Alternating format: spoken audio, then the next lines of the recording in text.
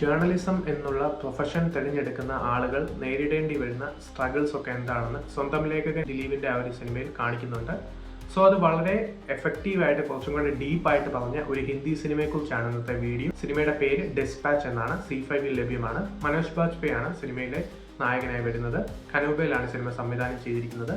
സിനിമയുടെ കഥ സ്റ്റാർട്ട് ചെയ്യുന്നത് ജോയ് എന്ന് പറയുന്ന ഈ ജേർണലിസ്റ്റിന്റെ ലൈഫിൽ നടക്കുന്ന, അദ്ദേഹം ഈ ഒരു ന്യൂസ് ഒക്കെ ഉണ്ടാക്കാൻ വേണ്ടി നടക്കുമ്പോൾ ഉണ്ടാകുന്ന സാഹചര്യങ്ങളും അതിൽ അദ്ദേഹത്തിന്റെ ജീവിതം തന്നെ തകിടം മറിയുന്നത്, അതിൽ അദ്ദേഹം നേരിടുന്ന വെല്ലുവിളികളും ഒക്കെയാണ് ഈ സിനിമ പറയുന്ന കഥ. ഈ സിനിമയുടെ പ്രധാന പോസിറ്റീവ് വളരെ ഡീപ്പായിട്ടാണ് ഇതിലെ ക്രൈം ജേർണലിസത്തിന്റെ വേരിയസ് ആസ്പെക്ട്സ് പറയുന്നത്. അത് വളരെ എഫക്റ്റീവായിട്ട് പറഞ്ഞിട്ടുണ്ട് എന്നുള്ളത് ഈ ഒരു സിനിമയുടെ പോസിറ്റീവാണ്. അതുപോലെ തന്നെ ഈ സിനിമയുടെ വേറൊരു പോസിറ്റീവ് മനോജ് ബാജ്പേയുടെ പെർഫോമൻസ് ആണ്.